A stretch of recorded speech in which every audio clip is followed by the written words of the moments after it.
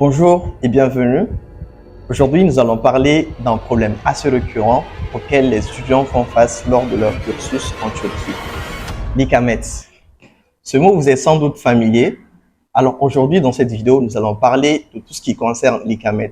Tous les détails, vous l'apprendrez tout de suite. Qu'est-ce que l'ikamet? Ikamet, c'est un mot turc qui désigne résidence.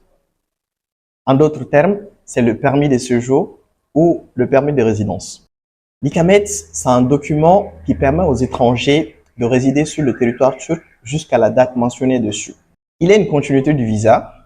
La seule différence est que le visa est délivré à l'étranger et l'ikamet est délivré une fois à l'intérieur de la Turquie. Alors, comment obtenir le permis de séjour? L'application se fait sur le site qui s'affiche ci-dessus. Remplissez correctement le formulaire et choisissez une date pour le dépôt. N'oubliez pas d'imprimer le formulaire d'application. Quels sont les documents nécessaires pour faire la demande de permis de séjour pour étudiants? En plus du formulaire déjà imprimé, on aura besoin d'une adresse, d'un certificat d'étudiant ou Öğrenci belgesi. On aura besoin d'une assurance. On aura besoin du reçu de paiement de la taxe pour le permis de séjour. On aura besoin de 4 photos d'identité biométrique ainsi que de la photocopie du passeport et de la partie du visa. Et s'il y en a, on aura besoin d'une copie de l'ikamet précédent. L'adresse. On peut fournir 3 types d'adresses. Pour ceux qui sont en internat, à l'hôtel ou qui résident en pension, ceux-là doivent récupérer le document fourni par l'administration des locaux. Cela leur servira d'adresse. Pour ceux qui sont dans des appartements, ceux-là peuvent fournir comme adresse le contrat de location certifié par un notaire. En plus de cela, certaines administrations de l'immigration demandent également soit une facture d'eau, d'électricité ou de gaz au nom de la personne. Il y a également le cas du taahhütname. Cela consiste à ce que une personne déjà vivant en appartement certifie devant un notaire que telle personne est à ma charge et vit sous mon toit. C'est une sorte de prise en charge notariée d'une façon.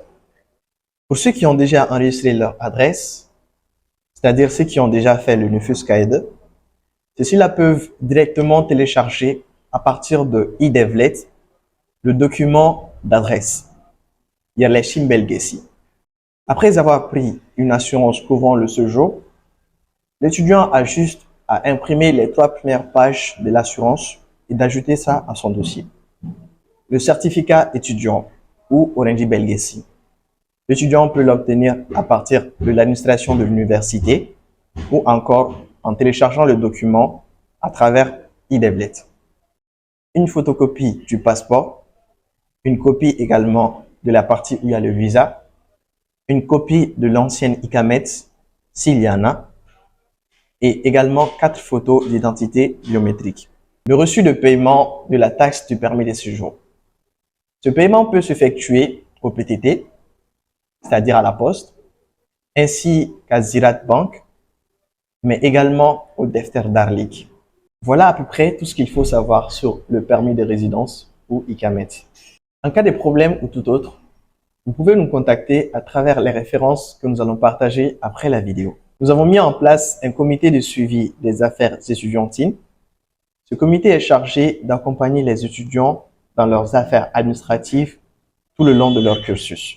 Nous avons également signé un contrat avec une compagnie d'assurance qui nous fait bénéficier d'une réduction de 80% sur toutes nos assurances. Pour bénéficier de cette réduction, il faut disposer d'un compte membre sur le site web de l'AEMT, aeemt.info. Pour plus de contenu similaire, n'oubliez pas de vous abonner et d'activer la cloche de notification. Faites-nous savoir en commentaire le prochain sujet que vous voulez qu'on décortique. Merci et à la prochaine.